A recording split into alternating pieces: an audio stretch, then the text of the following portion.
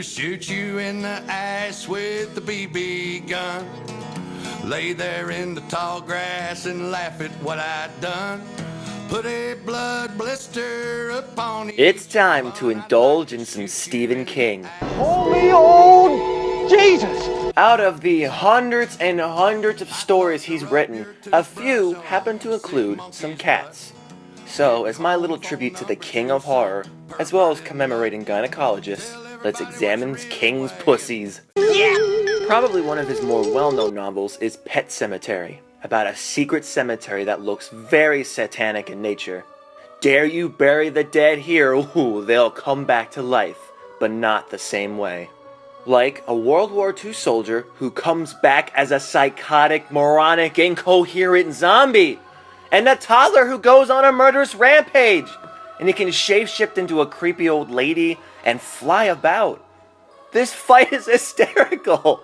After all this severe stabbing and over-the-top mayhem, the guy just tosses him away like a paperweight. I love it. A lot of the movie is focused on this killer tyke. Oh jeez, that looked like it hurt. Whereas the cat, it doesn't really do much. There is a funny part where they tuck the cat into bed, which amazes me a cat can be trained to do that, but the cat really doesn't get interesting until it comes back from the dead. Now, the cat has a little more to do, but not much. It tag teams with the kid in killing someone, and acts as a distraction. And it still has a sweet side by throwing a dead rat at its owner. Wait, throw? How'd it throw it? Otherwise, not much to say about this one, only that it's easily or probably the most effed up King story, and disturbing at times. Definitely a movie and novel that isn't for lightweights. Let's move on to one that really hits home with me, a little ditty called Tales from the Darkside, the movie. Based on the TV series of the same name, it's an anthology of 3 stories, bookended and all connected by a 4th story. The middle story is the only one King related, and it's based on his short story, The Cat from Hell. Why this hits home with me is because it's practically a reflection of my life when I was a veterinarian technician. Yeah, I've been hired to put cats to sleep, and I always come prepared. Ooh, that one's my favorite. It's used for testicles. And this little thing here, it's for the cat to exercise, in case it wants to do Pilates. And of course, my cocktail of wicked drugs to eradicate the evil little Ewok.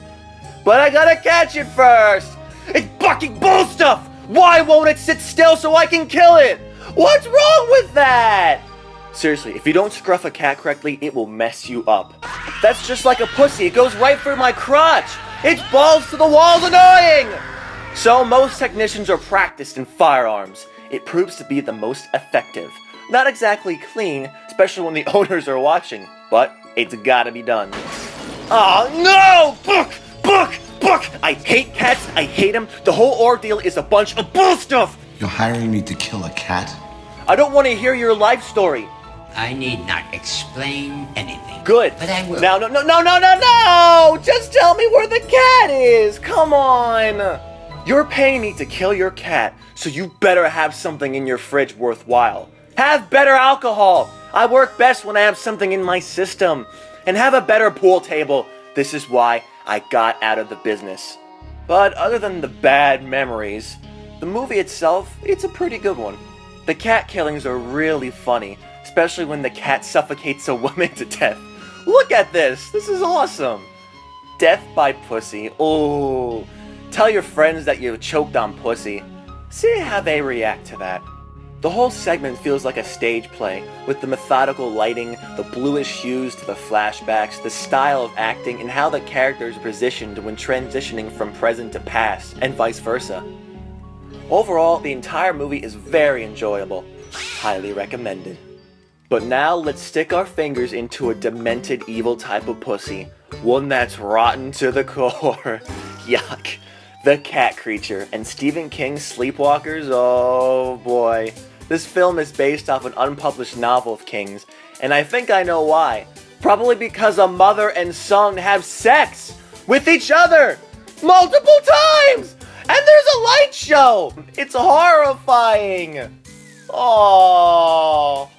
And the very next scene has this attractive girl dancing at a movie theater in a very provocative manner. And I'm going a bit PG-13 when I'm saying this, but normally I probably would have been aroused if this didn't happen right after a mother and son were slobbering over one another! Anyway, this son and mother duo need to suck the spirits of virgin women to continue to live, which is pretty much what I do with my whole life. And the son homes in on someone, and this is the most genuine and real the movie gets. I couldn't tell you how many times I've left my panties out in the bedroom. We've all been there! Panties. What a silly name. They're not little pants! Who came up with that name? It's stupid! The girl manages to injure the son, who practically dies.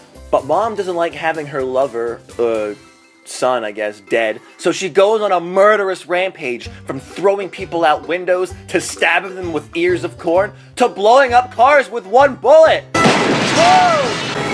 Whoa! Dang! The only highlight of the movie is the actual cats.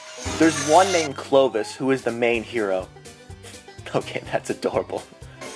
And he F's up the sun! Get him, take him down, Clovis! I'm not sure why cat creatures are powerless to cats, and I really don't care! But they are, and the film is effective in portraying the cats as a looming doom, eerily watching the cat creatures from outside the house.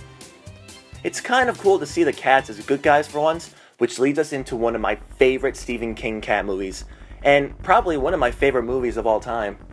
Cat's Eye, yeah. Here's a Stephen King movie that the whole family can watch.